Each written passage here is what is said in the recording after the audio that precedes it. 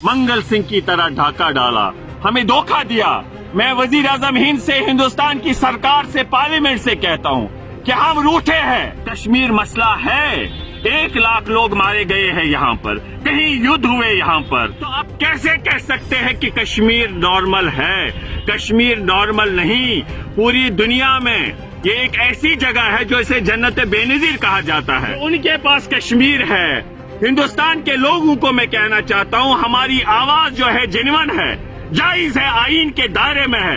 उस वाले मुल्क में जो कश्मीर है, उनके पास सदर है, उनके पास प्राइम मिनिस्टर है, उनके पास अपनी असेंबली है, वहां उनके पास इलेक्शन होते हैं। और इस वाले मुल्क में, जिसे मैं कहता हूं खूबसूरत मुल्क है, जिस जमहूरियत की मैं बात करता हूं, मैं इस मुल्क से कहता हूं, इस अवाम से कहता हूं, हमें भी प्राइम मिनिस्टर था आईन में, हमारा भी सदर था। यहाँ पर अच्छे दिन आए हैं। अगर यहाँ पर अफसफा नहीं होता, अगर यहाँ पर डिस्टर्ब्ड एरिया एक्ट नहीं होता, अगर यहाँ पर अनलॉफुल एक्टिविटीज प्रिवेंशन एक्ट नहीं होता, अगर यहाँ पर पब्लिक सेफ्टी एक्ट इन्वोक नहीं होता, मैं मानता कि यहाँ पर नॉर्मलसी आई है।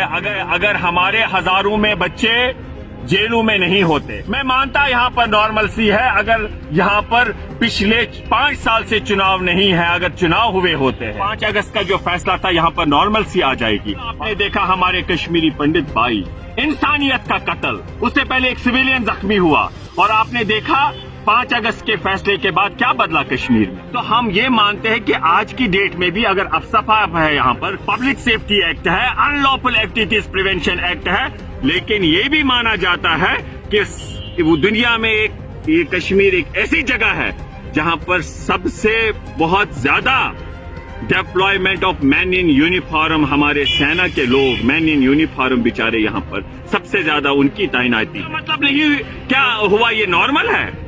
नॉर्मल तब होगा जब हम ये कहेंगे कि कश्मीर सुलझ गया, अब यहाँ कोई अफसफा नहीं है, डिस्टर्ब्ड एरिया एक्ट नहीं है, पीएसए इन्वोक नहीं है, कोई जेलों में नहीं है।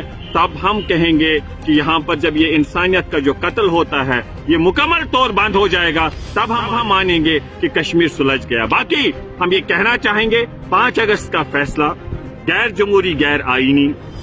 उससे पहले हमारा 53 में प्राइम मिनिस्टर ये को गिरफ्तार किया गया।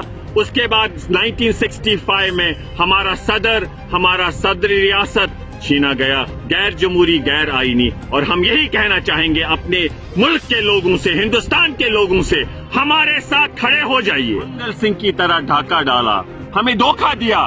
मैं वजीर आजम हिंद से, हिंदुस्तान की सरकार से, पार्लियामेंट से कहता हूँ कि हम रूठे हैं। आप कहते हैं दिल की दूरी है, आप कहते हैं दिल्ली की दूरी है, हम रूठे हैं जम्मू कश्मीर के अवाम को मनवाए। हमने 1 लाख लोग खोए हैं यहाँ पर, हमने देखा है कहीं युद्ध देखे, और आज भी मर रहे हैं।